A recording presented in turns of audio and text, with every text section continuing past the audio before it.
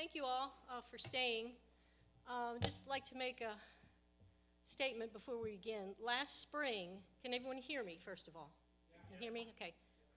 Last spring, Gunnar Good knocked on Reed's door and invited him to our first annual community barbecue. And Reed accepted that invitation to have some food for his body. And today he accepted Christ's invitation to feed his soul for the rest of his life. He accepted that invitation. So welcome, brother. Welcome to the family.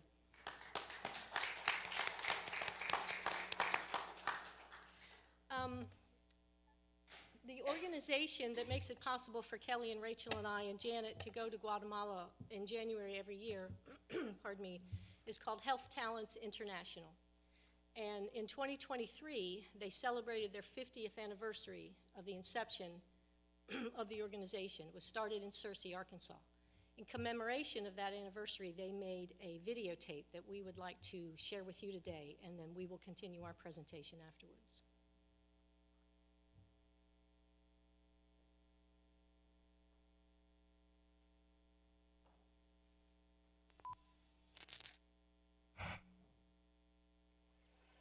Life in Guatemala may appear to be abundant, but if you take the time to look deeper, visual evidence of spiritual and physical disease is everywhere.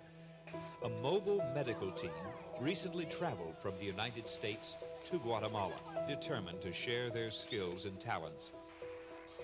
Their goal? Simple.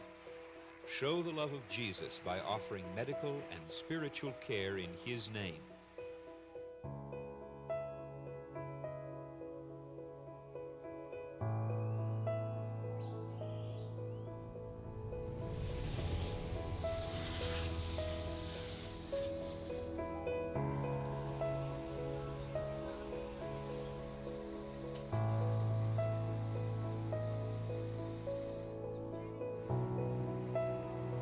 The land of eternal spring is what Guatemala is called. It's the heart of the Mayan world. It's a mysterious place. It's a spiritual place. Plush rainforests, the gorgeous views that there are of this whole country, from one coast to another almost in the highest areas. The atmosphere is happy. There's something about these people that it really strikes at my heart. The love for family that they have, the desire of faith that they have. And we tend to take things for granted. At home, I can get out of my nice bed onto my carpeted floor, walk into a nice tile bathroom, turn on cold, clean, drinkable water. I can jump in a shower with hot water. And yet, when you have to get up in the morning on a dirt floor and out of a makeshift bed and then have to walk half a mile to get some water that's not even purified water, that's hard. And yet, that to them it's not a burden, it's life, and they live it well. We can learn a lot from these people.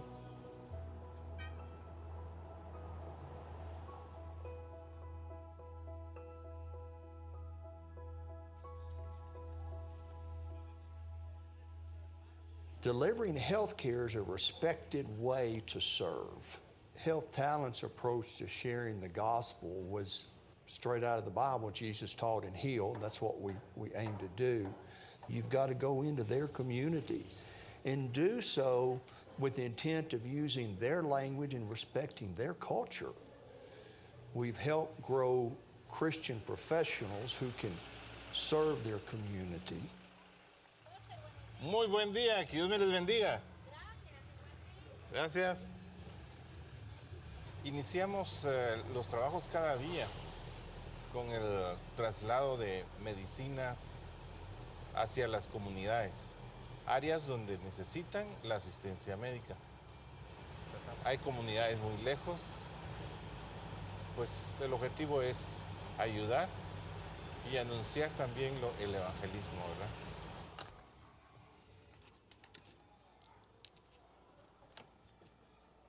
We have, I think it's 57 patients. Wow, okay. Long day.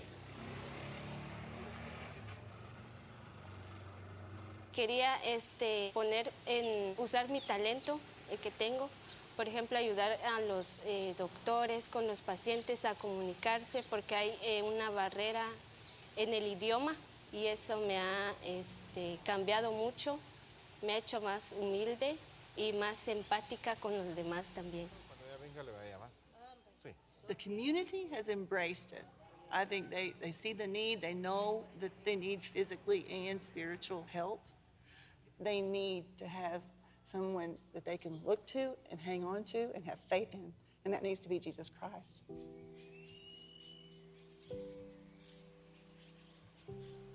We frequently have patients that, they come in with a physical problem, but you quickly discover that there's something else going on. Lots of things going on in their lives, and they'll share it pretty quickly. It's not just giving a prescription. It's being a part of someone's life and showing them that God really does care about their whole being. We have more people coming to the church through relationships through the clinic, through relationships through family counseling, than through any other method of evangelism. I always look forward to coming down here. It's not only to help the people here, but it's always a big refresh for me in my work back in the States with heavy regulations. And can she see out of this eye? It's refreshing. This is why I went into this specialty, is to be able to do stuff like this. And even with the results that they get, they're just overwhelmed with happiness. Solamente. Muchas gracias. You did great. Muchas gracias. Dios lo bendiga.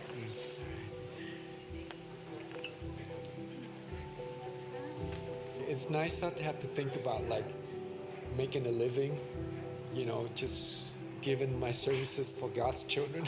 Okay, let's not cry. My whole career, it's about making a living.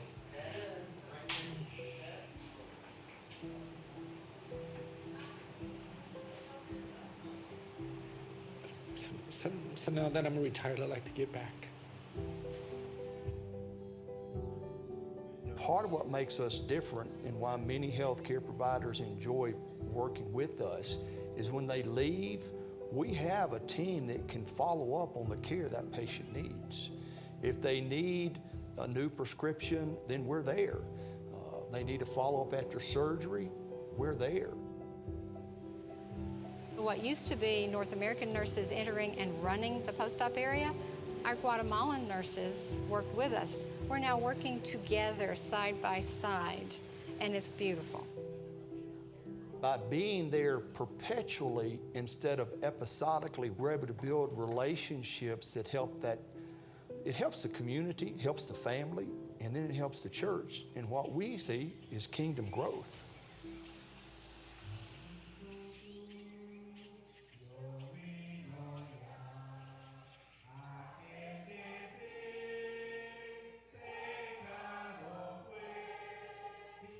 There's something going on in this country where Christianity is growing, and we want to be a part of that.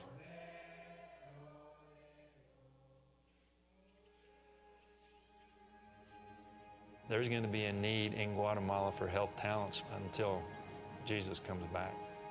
And the more the churches use us as an outreach, the more we're going to grow and the more patients that are going to continue to come to us.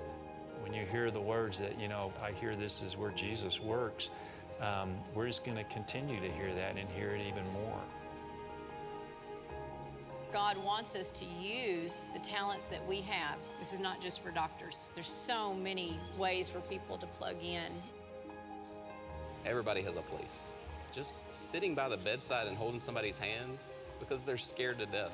They're here alone. They're 4 hours from their family. To see young people that will selflessly give up, especially during this season, a week of their summer, who are learning what it means to serve, to step outside of what's comfortable, and to give of themselves.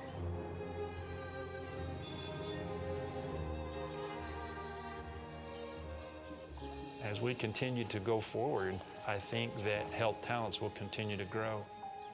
I think God is going to continue to bless it. We've changed lives in the past, but what we can do in the future with God's hands upon us. There's so many ways to support an organization like this from the United States. There's always an opportunity to share him in this work in some way. His plan is so much bigger than anything we could have ever imagined. But God is blessed. Oh my goodness, he's blessed this organization for now 50 years. And I don't doubt that there's another 50 in the future. Thousands of people have come through the doors here as volunteers, as doctors, or nurses, as students. I feel like the way to another 50 years, the proof of that is in every patient that walks out of here. And that's what will carry this organization for another 50 years.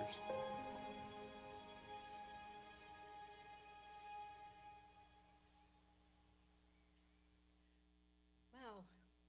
I hardly need to say more. That really explains it all for us. Go ahead, Ken. We chose this verse.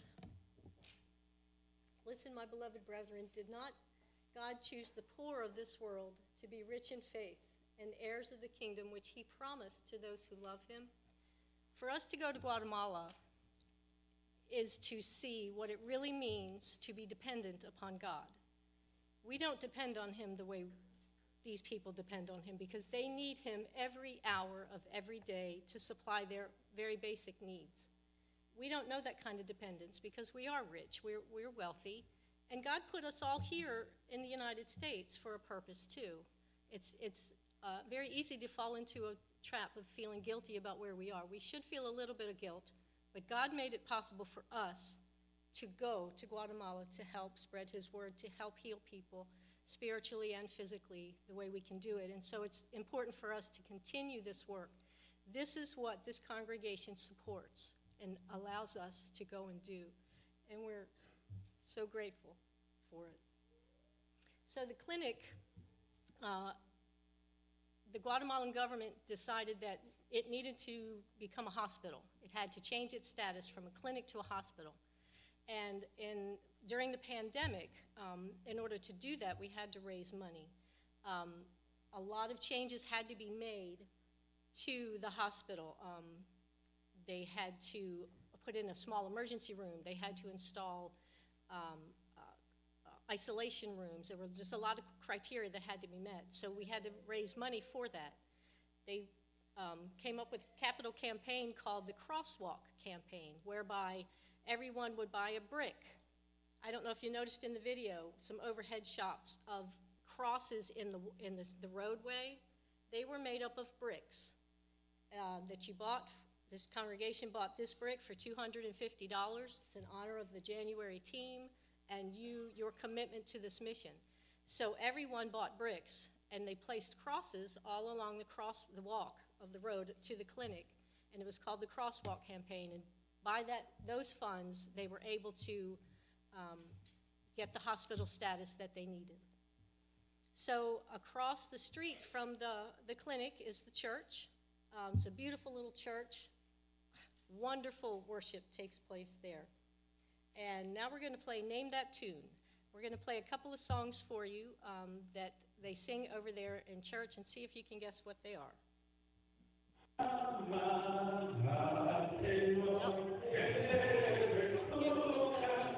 Sorry, Clark, we didn't tell you not to do that.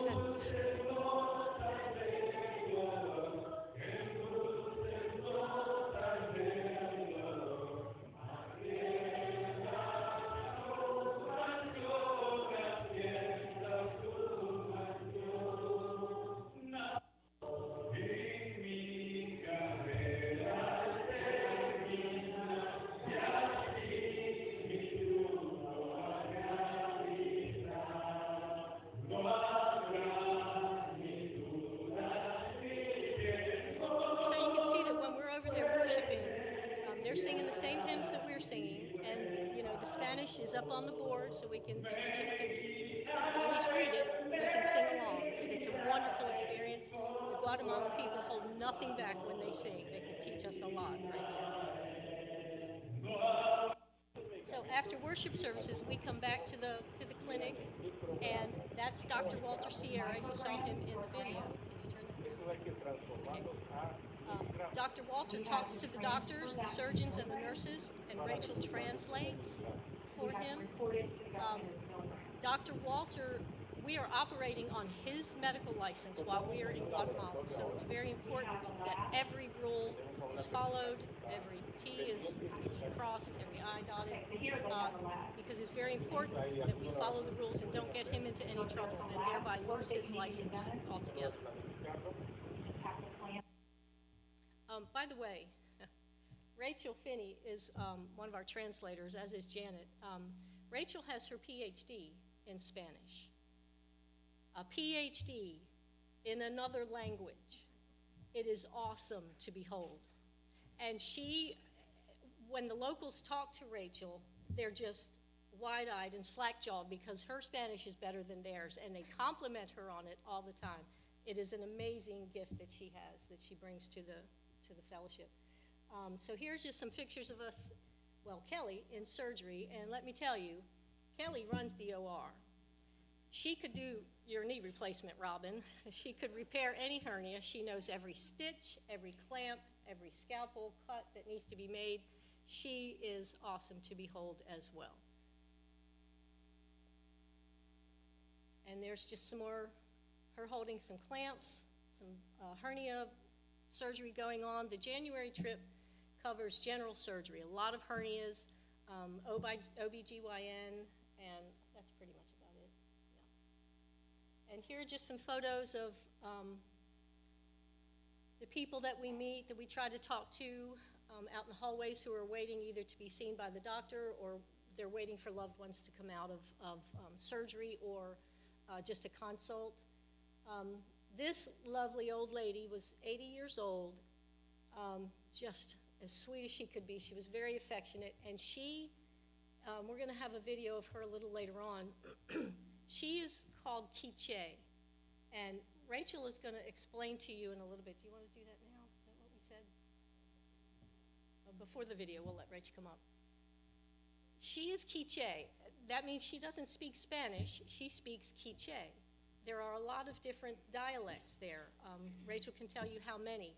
So what we need in that operating room is a Quiche speaker who also speaks Spanish, and then the Spanish speaker speaks to Rachel in Spanish. Rachel translates to the surgeons in English. So that's a chain of events that has to happen there. She was 80. She did very well. I think she had a hernia too. Okay. And here is just the lineup of some of our patients waiting to go into surgery. We treated a lot of kids this year. Our oldest patient was 81 or 80. This was our youngest patient, this little boy. He was born with a hernia.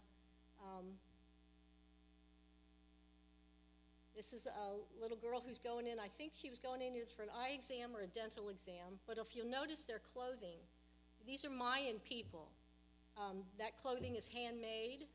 Her mama hand-stitched that belt, that beaded belt, but they're just lovely people. You heard in the video talking about how happy they are. It's a happy, joyful people, and you have to ask permission to take their pictures, though, because they are, sometimes their culture is a little superstitious, and they think you're robbing them of some piece of their soul when you're photographing them, so you always have to ask permission to do that. Rachel's going to come up now and talk about. Did I say too much? Okay. So this is going to be a translation of the Quiche lady. Hi, everyone. Sorry, all my little friends. My name is Rachel Finney, and I moved here in 2010 to work on my PhD at UVA, so I worshiped here for a while, for about a year before I moved back to my teaching job in Central Virginia. I live and worship with the Hopewell Church of Christ. It's called Cawson Street Church of Christ, but I just wanted to take a moment to say thank you to this congregation for always supporting me to be a part of your Guatemala team, even though I'm not officially a member here. This past January was my 11th trip. So since 2010, I've been 11 times. I can't ever catch up to Kelly because she's been probably 15 times or more. But I'm so thankful. I know you have donors here that donate to that work. I suspect who some of them are. God knows who you are, and I just thank you. My life has been so enriched and so blessed by this experience. I'm just so very grateful. So I was going to talk to you a little bit about the Quiche people. There are about 20 ethnic groups in the country of Guatemala, which is the size of the state of West Virginia, roughly. So imagine if you went to West Virginia and there were 20 different languages that people spoke there, depending on what community they were from, what little town or little village or area they're from. You might literally speak a different language when you cross county lines, to give an example in the U.S. So we serve at the clinic where we work, we serve a lot of the Maya Quiche people. They're one of the largest ethnic groups in Guatemala, and some of them live in Mexico as well, in the Yucatan Peninsula. So we're going to hear a little bit, Julie was telling you about how it's sort of a three-step process when you're translating.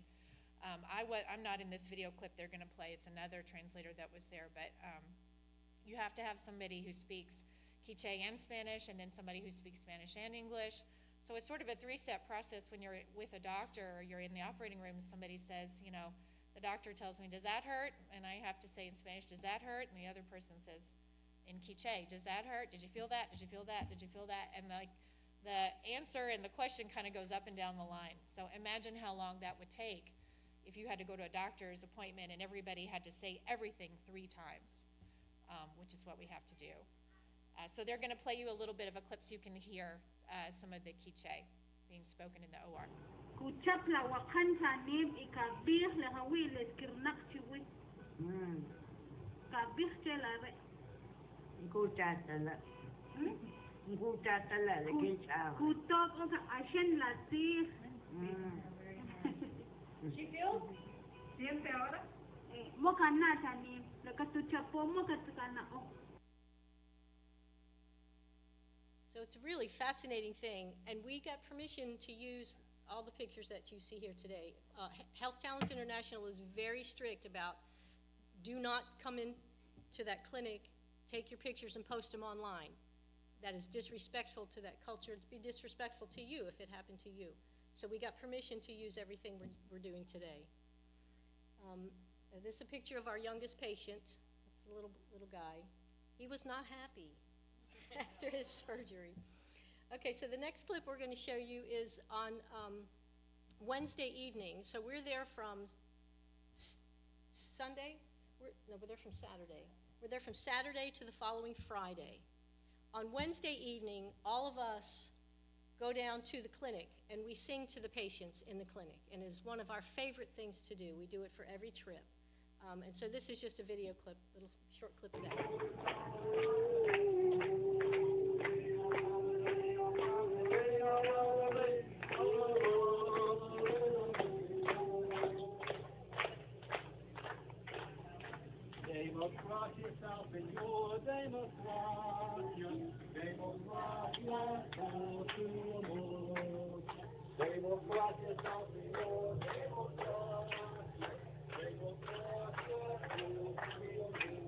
So a lot of those folks were filming. They were filming us singing to them, laying in the beds, in their hospital beds with their phones out, filming to us. So, okay, so the next clip I'm going to show you, this was the big story of this year's trip. There's a gentleman there whose name is Josue that we met 15 years ago. Josue has a gift of singing. He is the strongest, most exuberant, most passionate song leader I've ever experienced. And that is God's gift to him, and Josue uses it. About 3 years ago, we found out that his young daughter, I think she was 13, 16-year-old daughter, died of diabetes. Diabetes is rampant in the country of Guatemala. Josue was the song leader at the church there for years and years. And that's where we first encountered him. And we go to Guatemala sometimes specifically to be uplifted by Josue. After the death of his daughter, he confessed to us that he lost his faith and he hadn't been in church, doesn't lead singing. When we found out about this, we tried to seek him out while we were there. because Josue also was one of the housekeeping people who took care of our quarters, our living quarters, our bathrooms. At 5 o'clock in the morning, we would hear Josue out in the ladies' bathroom whistling with his mop and singing praises to God while cleaning up after me. Such an inspiration. And then we didn't see him, and then we found out about his daughter, and so we thought, well, we've got to find Josue, and we have to talk to him, and we were able to do that. We told him what an inspiration he was to us. That's when he told us that he hadn't been singing, he lost his faith, and we were just devastated, and all we said to him was, well, I think Kelly was the one who said to him, Josue, you may have lost your way, but God knows where you are. God has not given up on you, and whenever you're ready to return, God will be waiting for you. And one of our surgeons, Dr. Stephen, heard about this, and he said, Rachel, whenever you see Josue again, please come get me because I need to talk to him. So it did happen on a Thursday that Rachel and Stephen and Josue came together, and Dr. Stephen just pulled out his phone, and he had a video of Josue that he had taped years before of Josue singing in church. And he said, I want you to know, my family and I listen to you on a weekly basis. Josue didn't know that. And just everyone encouraging him and telling him what an impact he made on our lives by the gift that God gave to him. Josue then came back about 20 minutes later and said, I would like to sing with you all tonight. So Thursday night, and that's our last night there, we leave on Friday morning. We all met out front on the front porch of the clinic, and Josue sang, and we sang for an hour. And this is a little video clip. We couldn't get any videos of Josue singing to work on this system. That's mainly what we wanted to share with you, was his exuberance, show you his passion, show you what a gift can do to people, and encourage you to use your gift, whatever it may be. You have no idea the impact you're going to make on somebody else. So this little clip that we're going to show you is just us sitting out on the front porch before we began singing. I don't know if you can hear it. Just listen hard, because it's Josue and Rachel translating what he's saying. You might not be able to understand it, but it's pretty much him saying, thank you for praying for me. I pretty much lost my faith. It was too hard for me to work in the clinic anymore. Too many memories of his daughter. And, but tonight I think I can find my voice and sing to God. And that's what we did for an hour.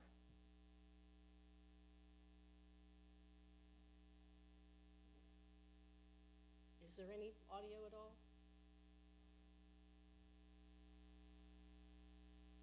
Okay. Well, this is Josue. Thank you for being with us this evening. We've been praying for you. Hemos estado orando por él. Su nombre está en la pizarra allá. His name is on the board. Y Dios nos ha contestado nuestra oración. God has answered our prayer because Él está aquí. Red shirt. That's Josue. He's here with us today. We're very thankful. Vamos a orar. De la misma manera que yo estoy agradecido con cada uno de ustedes. Me alegra ver a muchos. Por muchos años he convivido con ustedes. Estuve 12 años en el hotel, trabajando aquí en el hotel, pero ahora Dios me da la oportunidad de estar con el doctor Walter. Tengo ya 3 años de estar con el doctor Walter. Y siento que también Dios me abre puertas de la clínica pobre. So that was the story of Josue. He was the biggest story of the week, because that night he found his voice, we sang, and it was the most magnificent thing you've ever heard. And Kelly and I apologize that we did not get the proper videos to Clark to get him in there, because you would have been just floored. The other story of the week was this gentleman, this young man. His name is Brandon. He's from Montana. He came with one of our surgeons, Stephen Smith, who comes every year with his family. Through the course of the week, we found out that Brandon, a year ago, also lost his teenage son to a terrible car accident. And these are the kind of stories that you learn. These are the kind of burdens that people are carrying around with them. And when I first met Brandon, on the very first day, he was not talkative. He was very kind of shy, a little standoffish, and I just thought, okay, I'm not going to push it. And then I found out Brandon's story. He has a fresh, I don't know how people recover from losing children. How do you do that? Brandon is a nurse. He worked in the same hospital as Dr. Stephen Smith in Montana. Brandon had to leave nursing because he just couldn't be on the floor taking care of other people when he was the one who needed taken care of.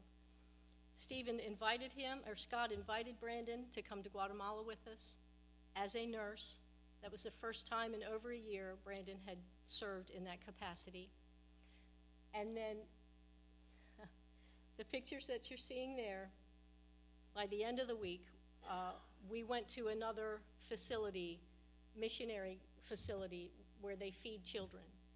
Brandon chose to come with us, and those children just swarmed all over him. Take that video back just a minute, that picture. Oops, sorry. That one. That was the biggest smile we saw on Brandon's face all week.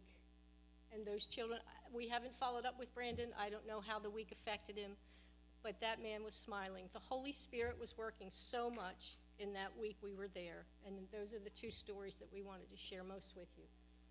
And so now Rachel's going to come back up and describe what you're seeing here with all these children and where we were.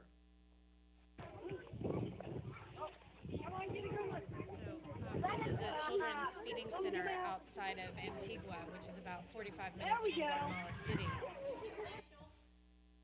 No? Okay, sorry. So this is a children's feeding center, which is about 45 minutes outside of Guatemala City. Yeah. Oh, great. And one of the ladies in the video that we saw, Rita, her name was Rita, and she was talking about, in the professional video, about, she's the one that said when people come, they need physical care, but they need spiritual care too. We realize that they need Jesus too, I think is one of the things she said. She got us started, some of us, going to this children's feeding center where she volunteers. It's a separate organization. And she and her husband have lived in Guatemala for a number of years. They have children and grandchildren, but years ago they sold their house in the U.S. and they just went and lived in Guatemala permanently. They operate as independent missionaries there. They volunteer with different organizations. They volunteer at the clinic where we work. They volunteer at this children's feeding center where we're playing with the children outside before we take them in to feed them. And they build houses. They build like little 8x10 houses up in the mountains for these really poor indigenous people. It's one of the ethnic groups. It's not the Quiche group. It's another group called Sutuil. They speak a different language. These people are so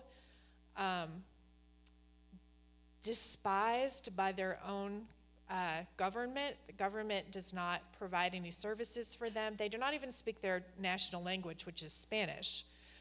The only thing I can compare it to would be as if, say, you knew someone who only spoke Cherokee, an indigenous person, or who only spoke Navajo, or who only spoke Crow, or I'm thinking of some of the tribal people that we have out west still in our country.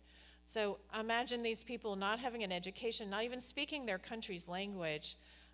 In this village where we were feeding the children, the government took their land and forced the native peoples up into the mountains because that was the only place for them to go. It's really horrible.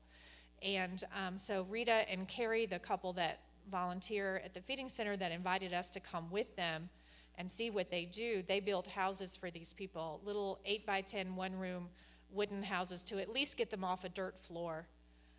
So they do that. They just do all these amazing things.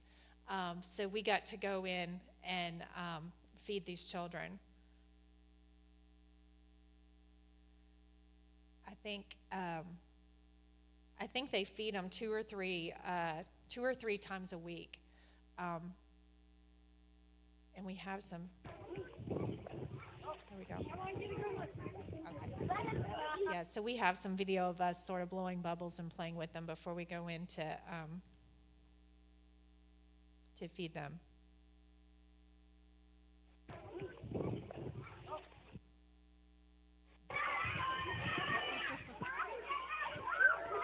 could not figure out that bubble wand system. Maybe some of the kids here can teach us. Okay, so this is the lunchroom where they feed the kids. They normally have about 300 children that show up at walking by themselves at this feeding center. The day we were there, they said, "Oh, we're sorry, we didn't have more children. We only had about 200 today." And, we were just floored. We're like, "Well, how many do you usually have?" They usually have 300. So they come in and sit at these tables, and for some of them, this will be the only meal they get that day. They gave them beans and rice the day that we were there. And then there was a little hot dog, like a little skinny hot dog laying on top of the beans and rice. And I was told that for some of them might be the only protein that they get that day. I said, well, because this is like, 1, 2 o'clock in the afternoon. I said, well, will they go home? Will their parents feed them, another meal of beans and rice in the evening? And for some of them, the answer would be no. For some of them, maybe.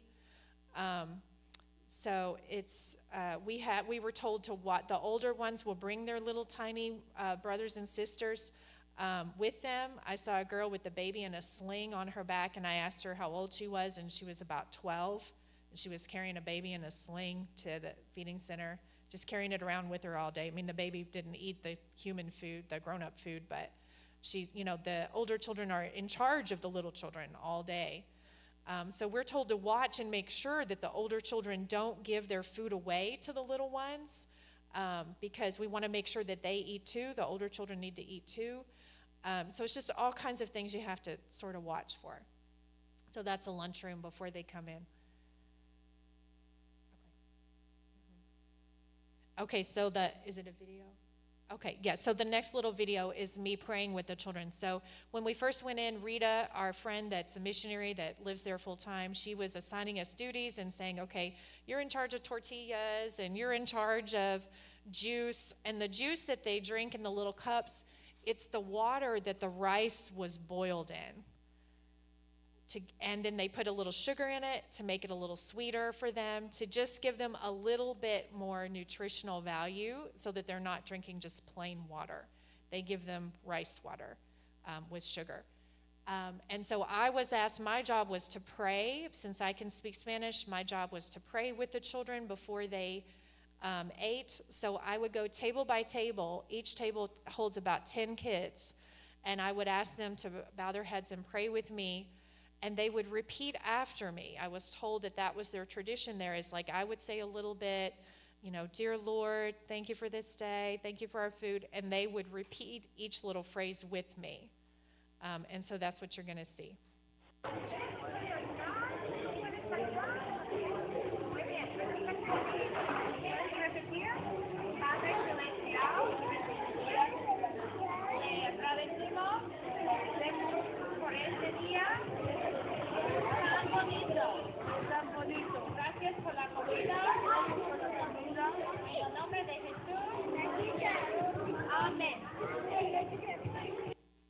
And I just wanted to say that moment that I was asked to do that, I was blessed and privileged enough to pray with those children in Spanish, means more to me than any accolade or any academic achievement I could ever accomplish in my life.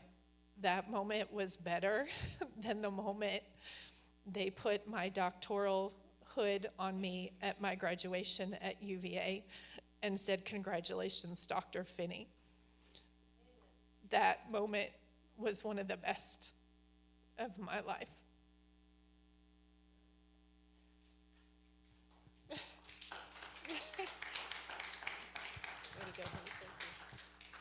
So Kelly and Dr. Blue were in charge of tortillas. We're going to wrap this up pretty quick. That's one of the teeny little children that came to the clinic, brought there by his sister. And Elena, she's one of the surgeon's wives. She was just feeding him. That was just so precious. We wanted to share that photo. It's us just giving out the food. And the kids sit very quietly. They wait for the food to come. They're anxious to get it. That's the rice water being given out. They'll just raise their glass if they want some more. And they are taught to take their own plate, take it to the sink, We'll wash them for them, but they have to clean up their own area. It's very orderly. This is the big auditorium after they're fed lunch. They come out into the auditorium, they sing some songs, they have prayer, they have a puppet show. It's just wonderful. They're taught Jesus, they're taught about the Lord. And then at the end,